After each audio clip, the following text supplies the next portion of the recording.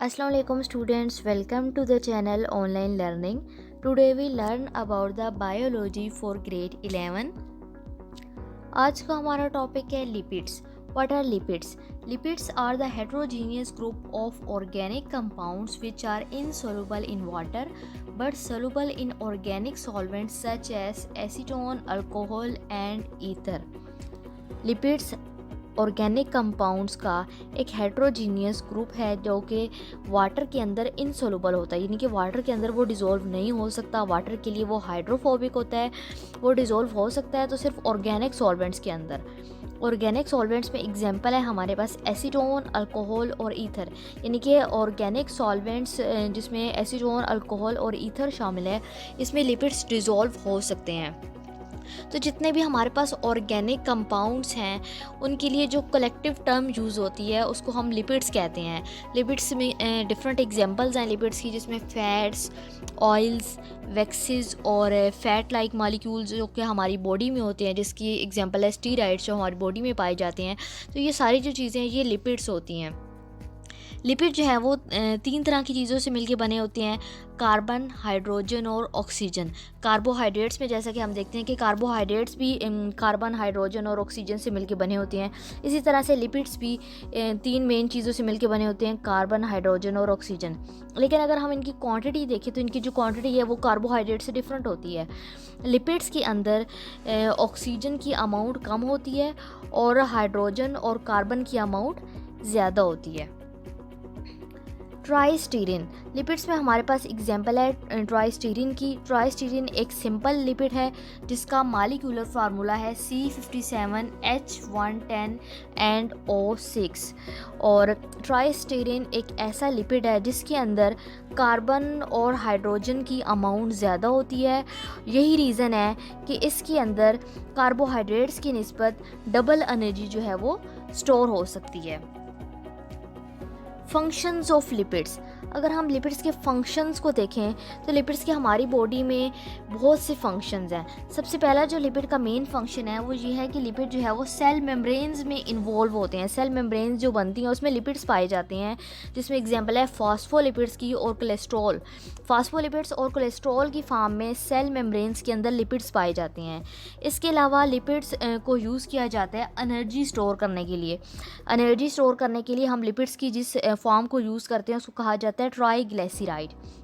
इसी तरह से lipids as a chemical messengers भी यूज़ होते हैं. केमिकल मैसेंजर्स के तौर पे स्टीराइड लिपिड्स की एक एग्जांपल है, उसको यूज़ किया जाता है. इसके अलावा लिपिड्स प्रोटेक्शन प्रोवाइड करते हैं, वाटर प्रूफिंग होते हैं, यानी कि ये वाटर से प्रोटेक्ट कर रहे होते हैं, किसी भी चीज़ को इंसुलेशन प्रोवाइड करते हैं और बायोन्सी प्रोवाइड कर रहे होते हैं. Classification of lipids. लिपिड्स को डिफरेंट तरह के ग्रुप्स में डिवाइड किया गया है. लिपिड्स को बेसिकली 3 टाइप्स में डिवाइड किया गया है. That are simple lipids, compound lipids जिसको हम कॉम्प्लेक्स लिपिड्स भी कहते हैं, and the third form is derived lipids. सबसे पहले हम देखते हैं कि सिंपल लिपिड्स किस तरह के होते हैं. सिंपल लिपिड्स ऐसे फैटी एसिड्स से मिलके बने होते हैं जिसमें ना सिर्फ फैटी एसिड्स पाए जाते हैं बल्कि डिफरेंट अल्कोहल्स भी पाए जाते हैं. और सिंपल लिपिड्स को फर्दर 2 टाइप्स में डिवाइड किया गया है. Number 1 is fats and oils. Fats and oils में एग्जांपल है इसाइल ग्लिसरॉल की. और सिंपल लिपिड की सेकंड टाइप है वैक्सेस.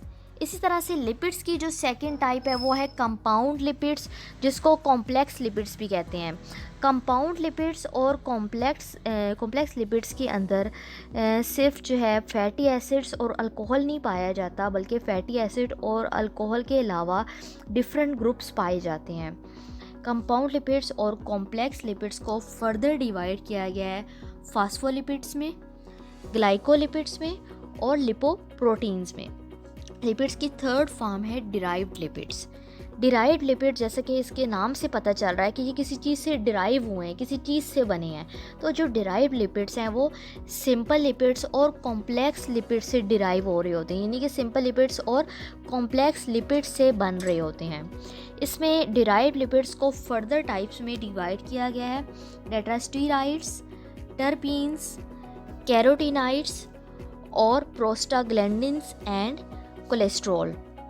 तो चलें अब देखते हैं कि जो लिपिड्स की जो हमने एग्जांपल्स देखी हैं कि लिपिड्स की डिफरेंट टाइप्स हैं और उनमें डिफरेंट एग्जांपल्स हैं, तो वन बाय वन हम लिपिड्स की जितनी भी एग्जांपल्स हैं उनको स्टडी करते हैं। लिपिड्स में फर्स्ट एग्जांपल है इसाइल ग्लिसरॉल की।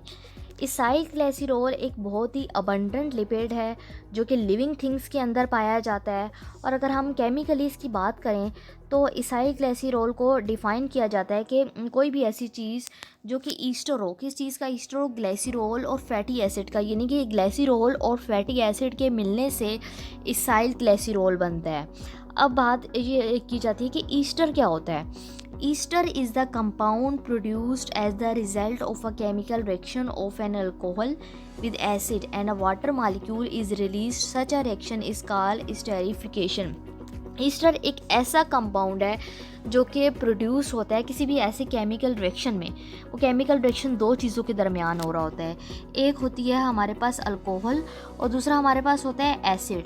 तो जब अल्कोहल का रिएक्शन होता है एसिड के साथ और इस रिएक्शन में वाटर मॉलिक्यूल रिलीज़ होता है तो उससे जो प्रोडक्ट बनती है उसको कहा जाता है ईस्टर और इस रिएक्शन को कहा जाता है एस्टेरिफिकेशन। ग्लाइसिरोल। ग्लाइसिरोल क्या होता है? ग्लाइसिरोल एक ट्राई हाइड्रोक्सी अल्कोहल होती है जिसके अंदर 3 कार्बन्स होती हैं। जैसे कि आप इस पिक्चर में देख सकते हैं कि ये हमारे पास एक ग्लाइसिरोल है जिसमें 3 कार्बन्स हैं और इन 3 कार्बन्स में हर कार्बन के साथ एक OH ग्रुप यानी हाइड्रोक्सल ग्रुप अटैच हुआ होता है। अब नेक्स्ट हमारे पास है फैटी एसिड। फैटी एसिड क्या होता है? Fatty acid is a type of organic acid containing 1 carboxylic acid group attach to a hydrocarbon. Fatty acid एक ऑर्गेनिक एसिड की एक ऐसी टाइप है जिसमें एक कार्बोक्सिलिक एसिड का ग्रुप होता है जो कि एक हाइड्रोकार्बन के साथ अटैच हुआ होता है। तो फैटी एसिड में जो नंबर ऑफ़ कार्बन्स अगर हम देखें तो फैटी एसिड में जो नंबर ऑफ़ कार्बन्स है वो इवन नंबर्स होते हैं, यानी 2 होगा, 4, 6, 8। तो इस तरह इसके अंदर जो नंबर ऑफ़ कार्बन्स होते हैं वो इवन होते हैं और नंबर ऑफ़ कार्बन्स 2 से लेकर 30 तक होते हैं। और हर फैटी एसिड के लिए जो फार्मूला यूज़ होता है वो है RCOOH। R का मतलब है हाइड्रोकार्बन टेल। तो इस रिएक्शन में एक ग्लाइसिरोल होता है और वो फैटी एसिड के साथ रिएक्शन करता है। तो जब एक ग्लाइसिरोल मॉलिक्यूल एक फैटी एसिड के साथ रिएक्शन करेगा तो उससे जो प्रोडक्ट बनेगी उसको कहा जाता है मोनो इसाइल ग्लिसरॉल यानी मोनोग्लिसराइड। मोनो इसके नाम से पता चल रहा है कि इसमें एक ग्लिसराइड बन रहा है, इसलिए इसको हम मोनो कहते हैं। लेकिन अगर 2 फैटी एसिड्स कंबाइन होंगे एक ग्लिसरॉल के साथ तो जो प्रोडक्ट बनेगी उसको कहा जाता है डाई इसाइल ग्लिसरॉल या die glyceride.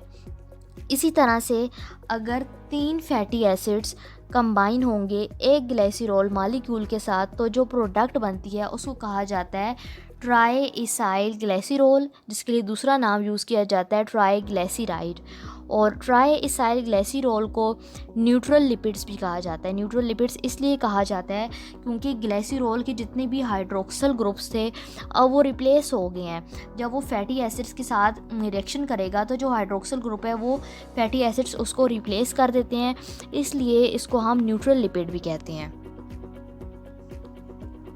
Properties of fatty acids. अगर हम फैटी एसिड्स की प्रॉपर्टीज़ को देखें तो नेचर में जो फैटी एसिड की जो टाइप्स हैं वो तकरीबन 30 हैं। 30 फैटी एसिड जो है वो नेचर में अभी तक डिस्कवर हो चुके हैं।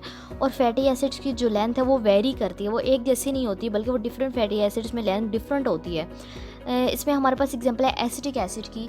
एसिटिक एसिड में 2 कार्बन्स होते हैं, ब्यूटेरिक एसिड में 4 कार्बन होते हैं। तो एसिटिक एसिड और ब्यूटेरिक एसिड ये दोनों हमारे पास सिंपलेस्ट फैटी एसिड है। लेकिन अगर हम बात करें पाल्मेटिक एसिड की तो पाल्मेटिक एसिड में हमारे पास 16 कार्बन्स होते हैं। इसी तरह से स्टीरिक एसिड में 18 कार्बन्स होते हैं। पाल्मेटिक एसिड और स्टीरिक एसिड जो है बहुत ही कॉमन फैटी एसिड्स हैं। फैटी एसिड्स की कुछ प्रॉपर्टीज़ ऐसी होती हैं जो कि अगर हम फैटी एसिड्स में कार्बन की अमाउंट ज़्यादा करें, कार्बन का नंबर इंक्रीज़ करें तो फैटी एसिड्स की वो प्रॉपर्टीज़ भी इंक्रीज़ हो जाती हैं। इसमें एग्जांपल है मेल्टिंग पॉइंट की। जब हम फैटी एसिड के नंबर ऑफ़ कार्बन इंक्रीज़ करेंगे तो फैटी एसिड का मेल्टिंग पॉइंट भी इंक्रीज़ कर जाएगा, फैटी एसिड की सोलबिलिटी भी इंक्रीज़ कर जाएगी, यानी कि वो ऑर्गेनिक सॉल्वेंट के अंदर अब ज़्यादा सोलबल होंगे और उनकी हाइड्रोफोबिक नेचर भी इंक्रीज़ हो जाएगी। किससे इंक्रीज़ हो जाएगी? Number of carbon carbon atoms increase करने से। Types of fatty acids. Fatty acid को बेसिकली 2 बेसिक टाइप्स में डिवाइड किया गया है। Number 1 is saturated fatty acids and number 2 is unsaturated fatty acids. Saturated fatty acids किस तरह के होते हैं? सैचुरेटेड फैटी एसिड्स ऐसे फैटी एसिड्स होते हैं जिनमें जितने भी इंटरनल कार्बन एटम्स हैं उनके साथ हाइड्रोजन होता है साइड ग्रुप्स में। जैसे कि आप इस पिक्चर में देख सकते हैं कि जितने भी कार्बन्स हैं इनके साथ साइड चेन्स में हाइड्रोजन अटैच हैं। तो जब कार्बन्स के साथ हाइड्रोजन अटैच होंगे उन फैटी एसिड्स को कहा जाता है सैचुरेटेड फैटी एसिड्स। और सैचुरेटेड फैटी एसिड्स के अंदर मैक्सिमम नंबर ऑफ हाइड्रोजन पाए जाते हैं और जो जितने भी हाइड्रोजन उसमें पॉसिबल हो सकते हैं उतने हाइड्रोजन सैचुरेटेड फैटी एसिड्स के अंदर होते हैं। और सैचुरेटेड फैटी एसिड में एग्जांपल है हमारे पास पाल्मेटिक एसिड की। और जो सैचुरेटेड फैटी एसिड्स हैं वो रूम टेम्परेचर पे सॉलिड फॉर्म में पाए जाते हैं और इनका जो मेल्टिंग पॉइंट है वो बहुत ज़्यादा हाई होता है, यानी कि इनको मेल्ट करने के लिए बहुत ज़्यादा टेम्परेचर की ज़रूरत होती है। और saturated fatty acids animal lipids के अंदर पाए जाते हैं, जिसमें एग्जांपल है हमारे पास फैट्स की। नेक्स्ट टाइप है फैटी एसिड की unsaturated fatty acids. Unsaturated fatty acids के अंदर जो कार्बन एटम्स हैं उनके दरमियान डबल बॉन्ड पाया जाता है, यानी कि सारे कार्बन एटम्स के दरमियान नहीं बल्कि एक या फिर एक से ज़्यादा कार्बन एटम्स के दरमियान अगर डबल बॉन्ड आ जाएगा तो उस फैटी एसिड को कहा जाता है अनसैचुरेटेड फैटी एसिड। और अनसैचुरेटेड फैटी एसिड में इसलिए जो है वो हाइड्रोजन ज़्यादा नहीं होते, क्योंकि जिस जगह पे डबल बॉन्ड आ जाएगा वहाँ पे हाइड्रोजन कम हो जाएंगे, इसीलिए ये जो है हाइड्रोजन से फुली सैचुरेटेड नहीं होते। इसमें एग्जांपल है हमारे पास ओलिक एसिड की। और unsaturated fatty acid room temperature पर लिक्विड फॉर्म में पाए जाते हैं। लिक्विड फॉर्म में क्यों पाए जाते हैं? क्योंकि इनका मेल्टिंग पॉइंट लोअर है, यानी इन्हें मेल्ट करने के लिए ज़्यादा टेम्परेचर की ज़रूरत नहीं होती, ये आसानी से मेल्ट हो जाते हैं। और अनसैचुरेटेड फैटी एसिड जो है वो प्लांट लिपिड्स के अंदर पाए जाते हैं। प्लांट लिपिड्स में ऑयल्स की फॉर्म में पाए जाते हैं। इसमें हमारे पास एग्जांपल है ट्राइग्लिसराइड की। ट्राइग्लिसराइड्स के अंदर हाइड्रोकार्बन की चेन्स होती हैं जो कि बहुत ही लो टेम्परेचर पर मेल्ट हो जाती हैं, जो कि लिविंग थिंग्स के लिए एक बहुत ही यूज़फुल प्रॉपर्टी होती है। Saturated fatty acids. अब हम देखते हैं कि सैचुरेटेड फैटी एसिड्स में हमारे पास कौन कौन सी एग्जांपल्स हैं, यानी सैचुरेटेड फैटी एसिड्स की कौन सी टाइप्स हैं और इनके सोर्सेज क्या हैं, नंबर ऑफ़ कार्बन एटम्स क्या हैं, इनके लिए किस तरह का फार्मूला यूज़ किया जाता है और इनका मेल्टिंग पॉइंट क्या है। तो सबसे पहले सैचुरेटेड फैटी एसिड की हमारे पास एग्जांपल है लोरिक की। लोरिक का जो सोर्स है, यानी जिस सोर्स से वो हमें मिलता है वो है कोकोनट ऑयल। इसमें नंबर ऑफ़ कार्बन एटम्स 12 होते हैं और इनका जो फार्मूला है वो कुछ इस तरह से लिखा जाता है और उसका जो मेल्टिंग पॉइंट है वो है 44। नेक्स्ट एग्जांपल है सैचुरेटेड फैटी एसिड की, वो है मायरिस्टिक। मायरिस्टिक का जो सोर्स है वो है बटर फैट, यानी बटर फैट से हमें मायरिस्टिक मिलता है और इसमें नंबर ऑफ़ कार्बन एटम्स हैं 14। इसके लिए ये फार्मूला यूज़ होता है और इसका जो मेल्टिंग पॉइंट है वो है 58। Next is palmitic. पाल्मेटिक जो है वो फैट्स और ऑयल से हमें मिलता है। इसमें नंबर ऑफ़ कार्बन एटम 16 होते हैं और इसका फार्मूला कुछ इस तरह से लिखा जाता है और इसका मेल्टिंग पॉइंट है 63। Next is stearic. स्टीरिक का जो सोर्स है, स्टीरिक का सोर्स भी पाल्मेटिक की तरह फैट्स एंड ऑयल्स है और इसमें नंबर ऑफ़ कार्बन एटम्स है 18 और इसके लिए ये फार्मूला यूज़ होता है और इसका मेल्टिंग पॉइंट है 70। Unsaturated fatty acids. Saturated fatty acids की तरह अनसैचुरेटेड फैटी एसिड्स की भी कुछ एग्जांपल देख लेते हैं। तो सबसे पहले अनसैचुरेटेड फैटी एसिड की एग्जांपल है हमारे पास ओलिक। ओलिक का सोर्स है ओलिव ऑयल और इसमें नंबर ऑफ़ कार्बन एटम्स है 18 और इनका फार्मूला है वो कुछ इस तरह से लिखा जाता है और इसका मेल्टिंग पॉइंट है 4। Next is लिनोलेक। लिनोलेक का टिपिकल सोर्स है हमारे पास वेजिटेबल ऑयल, यानी कि वेजिटेबल ऑयल से हमें मिलता है। इसमें नंबर ऑफ़ कार्बन एटम्स हैं 18 और इसके लिए ये फार्मूला यूज़ किया जाता है और इसका मेल्टिंग पॉइंट है -5। लिनोलेनिक। लिनोलेनिक का जो सोर्स है वो है सोया बीन्स एंड कैनोला ऑयल्स। इसमें नंबर ऑफ़ कार्बन एटम्स हैं 18 और इसके लिए फार्मूला यूज़ किया जाता है और इसका मेल्टिंग पॉइंट है -11। Next is आर्चिडाइनिक। आर्चिडाइनिक जो है वो लर्ड में प्रेजेंट होता है, यानी कि चिकन के अंदर प्रेजेंट होता है। इसमें नंबर ऑफ़ कार्बन एटम्स है 20 और इसके लिए फार्मूला यूज़ किया जाता है और इसका मेल्टिंग पॉइंट है -50। लिपिड्स की एक और एग्जांपल है वो है वैक्सीज। वैक्सीज जो है वो हाइड्रोफोबिक कंपाउंड्स होते हैं। वैक्सीज को 2 टाइप्स में डिवाइड किया गया है, that are natural waxes and synthetic waxes. सबसे पहले हम बात कर लेते हैं नेचुरल वैक्सेस की।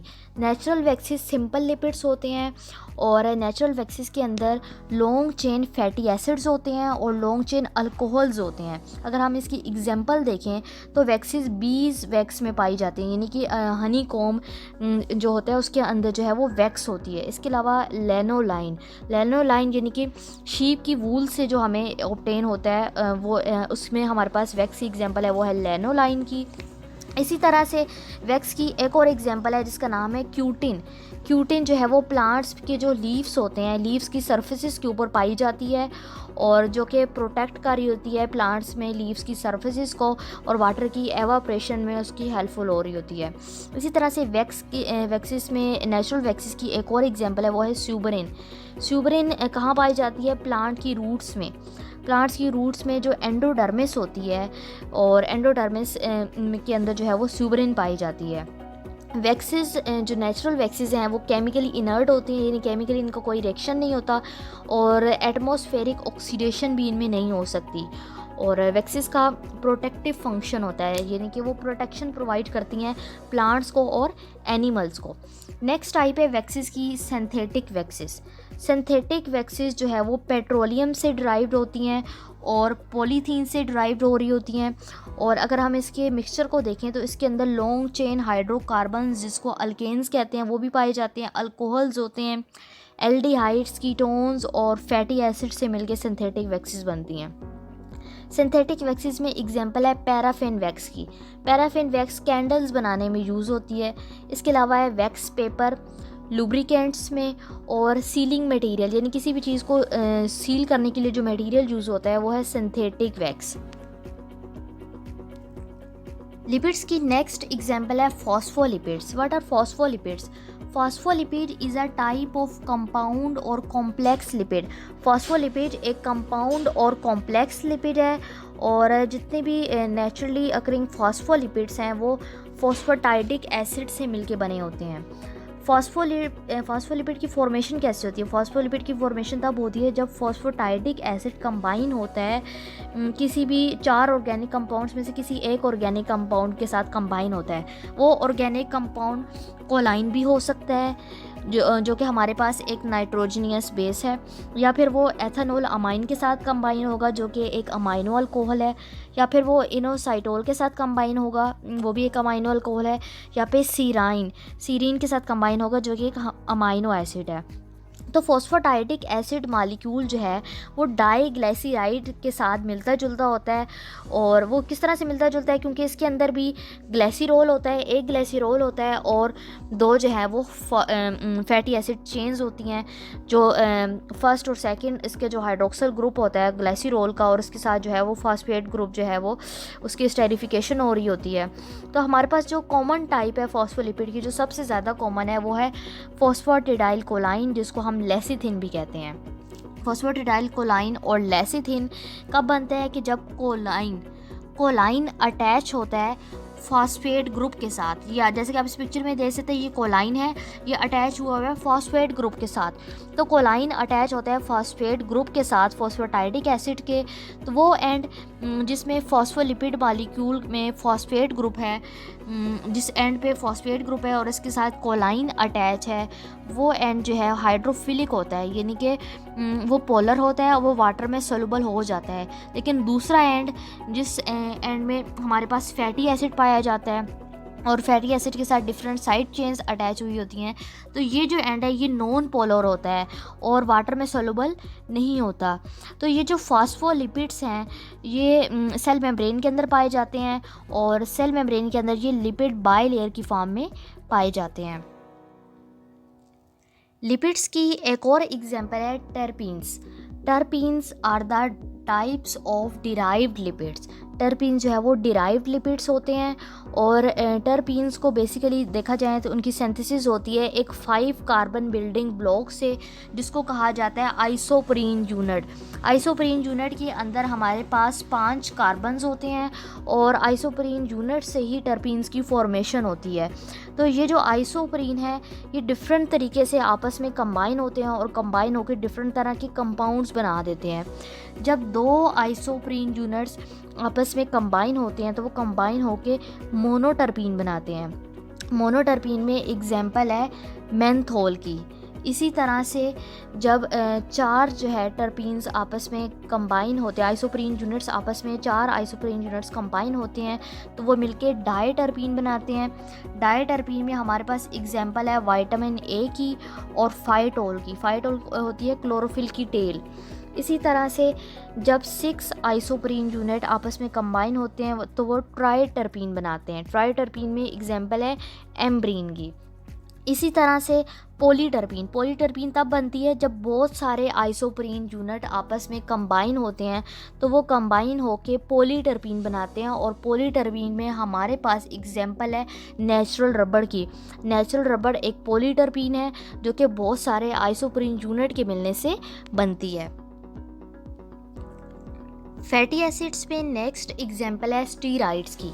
Steroids are the lipids of high molecular weight which can be crystalline. Steroids ऐसे लिपिड्स होते हैं जिनका मॉलिक्यूलर वेट ज़्यादा होता है और इनकी क्रिस्टलाइजेशन भी हो सकती है। तो स्टीराइड के अंदर टोटल जो कार्बन एटम्स हैं वो हमारे पास हैं 17 कार्बन एटम्स जो कि 4 रिंग्स की फॉर्म में अटैच होते हैं। जैसे कि आप इस पिक्चर में देख सकते हैं कि हमारे पास ये 4 रिंग्स हैं जो आपस में एक दूसरे के साथ फ्यूज़ हुई हुई हैं। इन 4 रिंग्स में से जो 3 रिंग्स होती हैं वो 6 कार्बन्स होती हैं, यानी 3 रिंग्स ऐसी हैं जिसमें जो कार्बन एटम्स हैं वो 6 हैं और जो 4th वाली रिंग होती है वो उसके अंदर जो नंबर ऑफ़ कार्बन एटम्स हैं वो 5 होते हैं, वो 5 रिंग्ड होती है। और स्टीराइड्स में जो इसकी जो लेंथ होती है या फिर इसका जो स्ट्रक्चर होता है साइड चेन्स का, यानी कि इससे जो साइड चेन्स जो निकल रही होती हैं वो इनको स्टीराइड को एक दूसरे से डिफ्रेंशिएट कर रही होती हैं। यानी कि स्टीराइड का जो स्ट्रक्चर डिफरेंस होता है वो इसके साइड चेन्स की वजह से होता है। साइड चेन्स की वजह से एक स्टीराइड दूसरे स्टीराइड से डिफरेंट होता है। तो ये जो स्ट्रक्चर्स हैं इनकी जो सिंथेसिस होती है वो आइसोप्रीन यूनिट्स से होती है। स्टीराइड में मेन जो एग्जांपल है वो है कोलेस्ट्रॉल की। कोलेस्ट्रॉल एक सेल मेम्ब्रेन्स के अंदर पाया जाता है। सेल मेम्ब्रेन्स का स्ट्रक्चरल कंपोनेंट है, यानी सेल मेम्ब्रेन्स का जो स्ट्रक्चर है वो कोलेस्ट्रॉल से बनता है। इसके अलावा कोलेस्ट्रॉल से जो है बहुत से स्टीराइड बनाए जाते हैं जिसमें एग्जांपल है बाइल एसिड्स की, male sex hormone, testosterone, female sex hormone, progesterone और एस्ट्रोजन। तो इन सारों की फॉर्मेशन में कोलेस्ट्रॉल का एक अहम रोल होता है। इसके अलावा बाइल साल्ट क्या करता है, फैट्स को की इमल्सिफिकेशन करता है और विटामिन डी की। तो बाइल साल्ट से क्या होता है, जो कैल्शियम का जो मेटाबॉलिज्म होता है उसको रेगुलेट किया जाता है। तो बाइल साल्ट्स भी हमारे पास एक स्टीराइड की एग्जांपल है। फैटी एसिड्स की लास्ट एग्जांपल जिसको आज हम स्टडी करेंगे वो है प्रोस्टाग्लैंडिन। प्रोस्टाग्लैंडिन जो है वो मेमेलियन टिश्यूज़ के अंदर पाई जाती है लोकल हार्मोन्स के तौर पे। प्रोस्टाग्लैंडिन्स होते क्या हैं? Prostaglandins are derived from arachidonic acid. Prostaglandins arachidonic acid से बनाए जाते हैं जो कि एक टेट्रा अनसैचुरेटेड फैटी एसिड है जिसके अंदर 20 कार्बन्स होते हैं।